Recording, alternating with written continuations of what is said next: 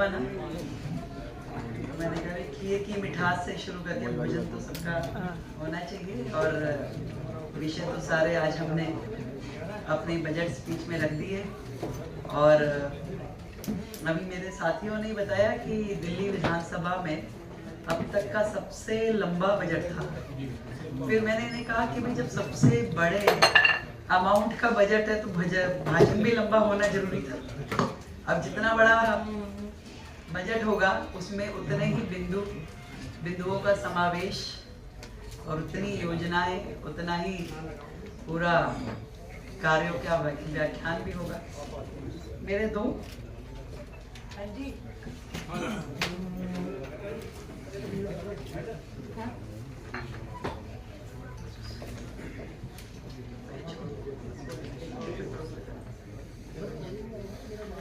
भाई विशेष तो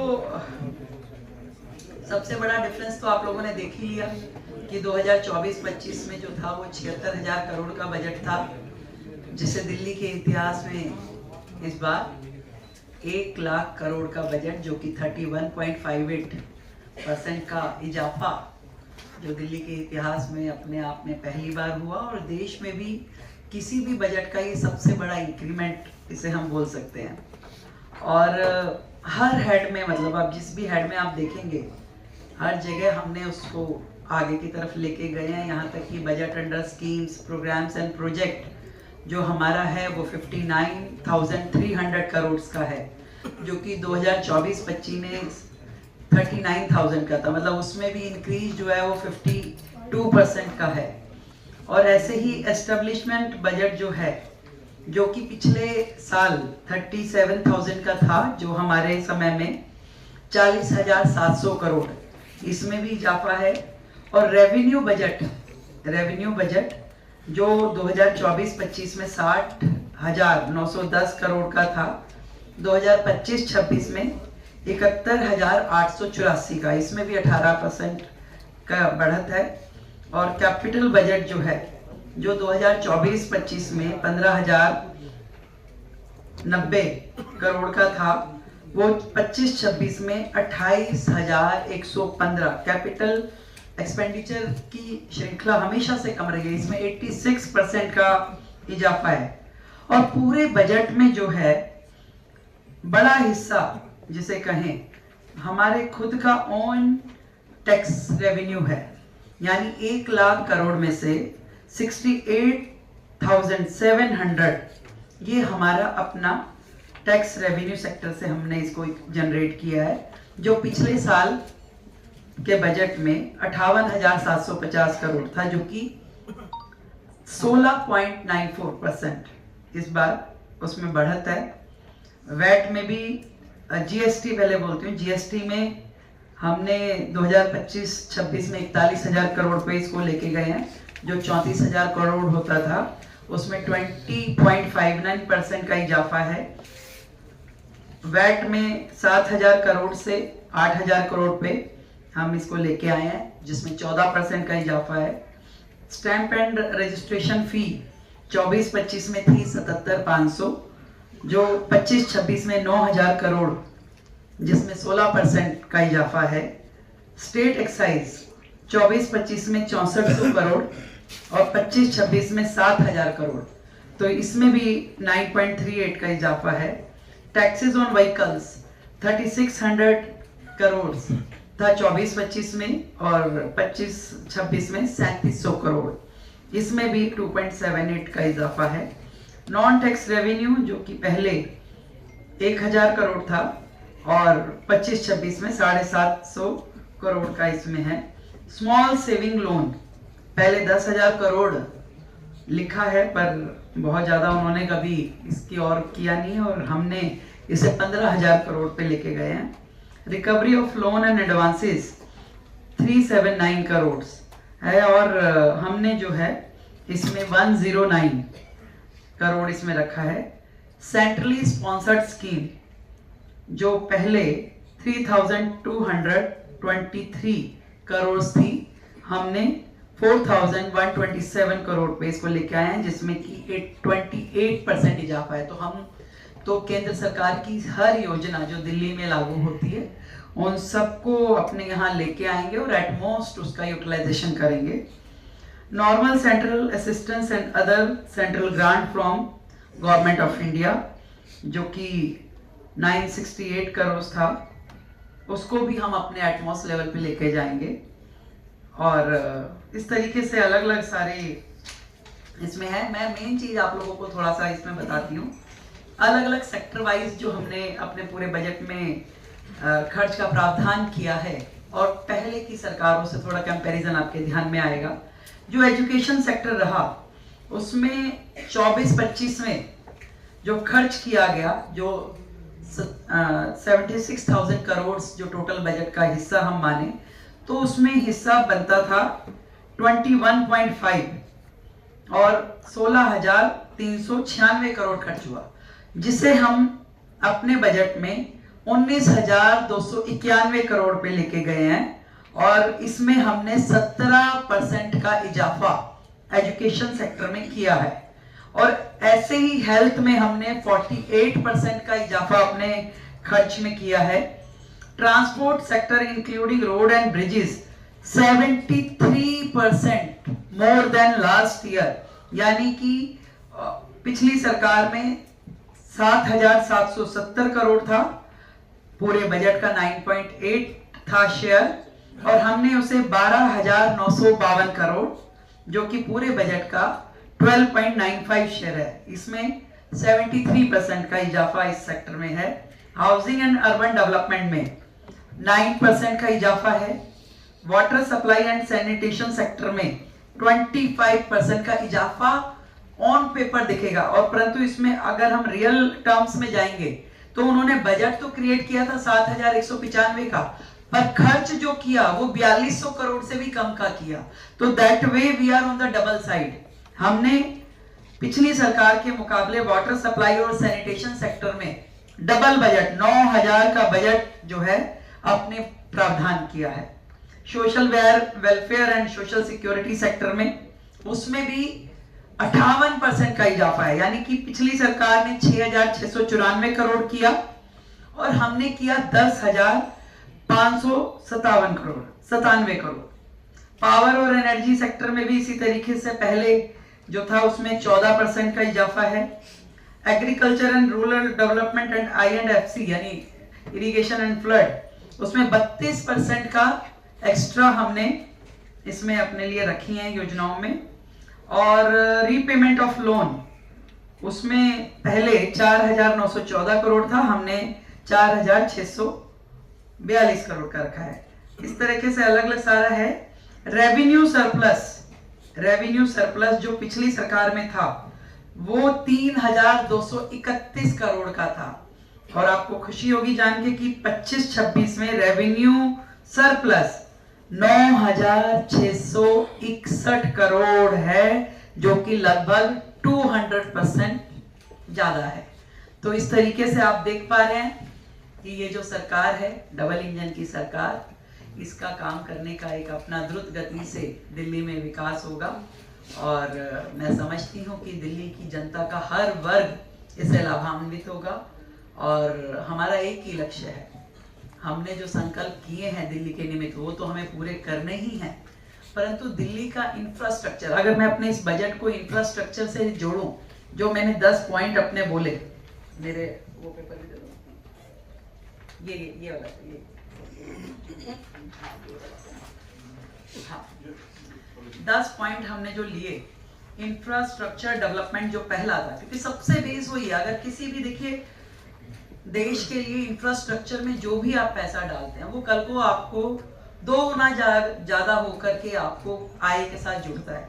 तो इंफ्रास्ट्रक्चर डेवलपमेंट में हमने कैपिटल एक्सपेंडिचर को डबल किया, तो इसका लाभ हमें डबल इंजन की सरकार के नाते भी मिलेगा। कुछ योजनाएं स्टेट से और कुछ नेशनल से हम करेंगे, उसमें हमें सेंट्रल रोड फंड है और बाकी चीजों से, अमृत योजना में हर जगह से हम कोशिश करके उसको जोड़ेंगे दिल्ली को। सेकंड जो मैंने लिया focus area business and investments, क्योंकि देखिए किसी भी व्यापार की प्रगति के साथ, उद्योग की प्रगति के साथ ही राज्य की प्रगति है। तो ग्लोबल इन्वेस्टमेंट समिट जो आज तक दिल्ली के इतिहास में कभी नहीं हुई, उसको हमने करना है। न्यू इंडस्ट्रियल पॉलिसी और न्यू वेयर हाउस पॉलिसी, ये स्पेशली हमें लेकर के आनी है। और ट्रेडर्स वेलफेयर बोर्ड जो हमने बनाने की घोषणा की है, क्योंकि व्यापारी अपनी समस्याएं कहाँ कहे, ऐसा कोई प्लेटफॉर्म नहीं था जिसपे व्यापारी अपनी बात कह सके और हम सारे इंडस्ट्रियल एरिया या ट्रेड एरियाज को डेवलप कर सके। यमुना वाटर एंड सीवर, ये एक बहुत बड़ा सेगमेंट है जो दिल्ली में हम बड़े बड़े मुद्दे जिससे जुड़े हुए हैं। हमारे एयर पॉल्यूशन की बात कहें, हम यमुना की बात कहें, तो 9,000 करोड़ का जो हमने इसमें बजट लिया वो अपने आप रिमार्केबल है, जिसमें कि पूरे इंफ्रास्ट्रक्चर को ठीक करने की दिशा में हम बहुत बड़ा काम करेंगे। अभी तक बातें ही होती थी, कोई एसटीपी, कोई डब्ल्यूटीपी, कोई डिसेंट्रलाइज्ड एसटीपी, किसी पे काम ही नहीं हो रहा था। तो जब तक काम नहीं होगा तब तक आप उसमें आगे कैसे बढ़ेंगे। तो 2,000 करोड़ उसमें हमें सेंट्रल गवर्नमेंट से असिस्टेंस मिलेगी, हम ऐसा मानते हैं। यमुना क्लीनिंग पे हमने अलग अलग माध्यम से और स्पेशली जो 40 डिसेंट्रलाइज्ड सीवेज प्लांट बना रहे हैं उस पर 500 करोड़ खर्च कर रहे हैं। और जीपीएस जो वाटर टैंकर्स में लगना है, ये बहुत बड़ा मुझे लगता है, क्योंकि पानी की चोरी, टैंकर्स गायब होना, ये करप्शन का बहुत बड़ा अड्डा था जिसे हम कर पाएंगे। Intelligent monitoring on water management, बहुत बड़ा लीकेज तो यही था कि आप जितना पानी दे रहे हैं, शुरू जितना होता है आखिरी पॉइंट तक उतना पहुंचता ही नहीं था। तो 150 करोड़ इसमें smart metering and intelligent monitoring, इन दोनों पे हम करने वाले हैं। इसके अलावा repairing of old sewage line 250 crore, Najafgarh drain renovation 200 crore, new water wells and borewells 100 crore, और लोकल वाटर बॉडीज को दोबारा से बनाने के लिए 50 करोड़, रेन वाटर हार्वेस्टिंग जो 50 crore, Wazirabad trunk sewer line 10 crore repair के लिए। हेल्थ सेक्टर जो हमारा फोर्थ सेगमेंट है, हेल्थ एंड एजुकेशन, बहुत इंपॉर्टेंट किसी भी देश के लिए है और राज्य के लिए।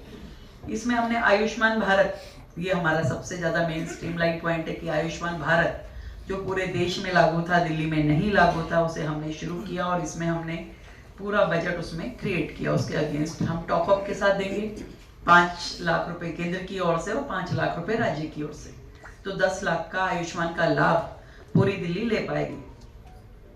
100 करोड़ रुपए हमने जो हॉस्पिटल्स उन लोगों ने अधूरे छोड़े, वो 24 हॉस्पिटल, उसमें से पहले 10-12 को हम टारगेट करते हुए हमने 100 करोड़ रुपए का फंड रखा है। हेल्थ सेक्टर को पूरा डिजिटलाइज करने के लिए, पूरा एआई से जोड़ने के लिए और उनका एक सिस्टम जिसमें हर पेशेंट का रिकॉर्ड रहे और साथ में सेंटर प्रोक्योरमेंट के माध्यम से दवाइयाँ ली जाएं और हर चीज में मतलब कि बहुत ज्यादा हम सिस्टम को पारदर्शी करना चाहते हैं जिसमें करप्शन के चार्जेस बिल्कुल खत्म हो जाए। एजुकेशन में हमने 100 करोड़ रुपए सीएम श्री स्कूल, जो कि आप मानिए कि केजी से लेके और 12वीं तक के पीजी तक, केजी से लेके पीजी तक बच्चों को पूरा एजुकेशन में हम उनको हेल्प कर पाए। ऐसे एक स्मार्ट स्कूल जिसे हम कहें कि जिसमें पूरी तरह से सभी फैसिलिटीज हों। हमने जो बच्चों को असिस्टेंस देने के लिए, जो अलग अलग फील्ड में जेई का, क्लैट का, सीए का, जितने प्रोफेशनल लाइंस के लिए उनके एंट्रेंस एग्जाम रहते हैं, पंडित मदन मोहन मालवीय योजना शुरू करी है और उसमें हम बच्चों को मदद देंगे। और doctor Abdul Kalam language labs के लिए हमने 100 स्कूलों को चिन्हित करेंगे और उसमें हम वो खोलेंगे, लैब्स खोलेंगे, लैंग्वेज लैब। 1200 स्कूलों बच्चों को हम फ्री लैपटॉप देंगे, जो मेरिटोरियस बच्चे होंगे, जो 10वीं के रिजल्ट पे उनको दिए जाएंगे। स्पोर्ट्स यूनिवर्सिटी जो हम बनाएंगे और एजुकेशन हब जो हमारी बनेगी उस पर हमने 500 करोड़ का फंड रखा है। और स्मार्ट क्लासेस अभी तक सिंबॉलिक ही चल रही थी, ये स्कूलों में स्मार्ट क्लासेस कहाँ ही होती थी, आप समझते हैं। हमने उसके लिए 100 करोड़ का फंड रखा है और टारगेट किया कि 7000 कमरों को हम स्मार्ट क्लासेस में कन्वर्ट कर पाए। ऐसे ही 175 कंप्यूटर लैब्स, उसमें हम 50 करोड़ का हमने फंड रखा है न्यू कंप्यूटर लैब्स, क्योंकि अपडेटेड वर्जन कहीं पे भी किसी स्कूल में नहीं है, तो updated computer lab, digitalize computer labs हमारी हों। नेक्स्ट सेक्टर हमारा टूरिज्म एंड कल्चर है, जिसमें हमने 117 करोड़ जो है फंड रखा है डेवलपमेंट ऑफ टूरिज्म। और उसके अलावा हम ब्रांडिंग में खर्च करेंगे 20 करोड़ रुपए की, दिल्ली की अपनी ब्रांडिंग हो और इंटरनेशनल फिल्म फेस्टिवल को हम दिल्ली लेके आए। ऐसे अलग अलग हेडों में हमने बजट क्रिएट किया है। और एक चीज और जो विशेष की हमने, मैथिली और भोजपुरी एकेडमी है, उसका फंड हमने डबल कर दिया, 6 करोड़ रुपए। वेलफेयर ऑफ पुअर्स, दिल्ली में सभी लोग समान रूप से चलें, बढ़ें और तरक्की करें, उसके लिए हमने अलग अलग स्कीम, जो सीनियर सिटीजन्स की और पेंशन्स की, विडो, हैंडीकैप्ड, उसमें 10,047 करोड़ रुपए रखा है। बहनों को 2500 रुपए देने के लिए हमने दिल्ली में 5100 करोड़ रुपए का फंड रखा है। और अटल कैंटीन, जो हमारा संकल्प पत्र में भी था, तो उसको क्लस्टर एरिया के नजदीक, क्योंकि अटल जी का 100वां जन्म शताब्दी वर्ष है, इसमें हम 100 जगह पे अटल कैंटीन खोलने का हमारा प्लान है। ड्यूसिप के माध्यम से झुग्गी झोपड़ियों में एक बड़ा डेवलपमेंट के काम, जो उनकी जरूरतें हैं, शौचालय हैं, उनकी नहाने की जगह, किसी भी झुग्गी में आप चले जाओ, बहन बेटियों के नहाने की जगह नहीं है, जो कि मतलब हम सबके लिए बड़ी शर्म की बात है कि देश की आज़ादी के 75 साल बाद भी अब तक की सरकारों ने केवल झुग्गी वालों को वर्गलाया ही है। वोट की राजनीति करते हुए कभी उनके लिए कोई काम नहीं किया। आप जितने कैंप जाइए, सबके नाम Indira camp, Sanjay camp, Rajiv camp है, पर कभी किसी ने उनकी डेवलपमेंट की तरफ सोचा ही नहीं। यही काम आम आदमी पार्टी की सरकार ने भी किया। हमने 696 करोड़ रुपए इस मद में हमने रखे हैं, जो झुग्गियों में काम करेंगे।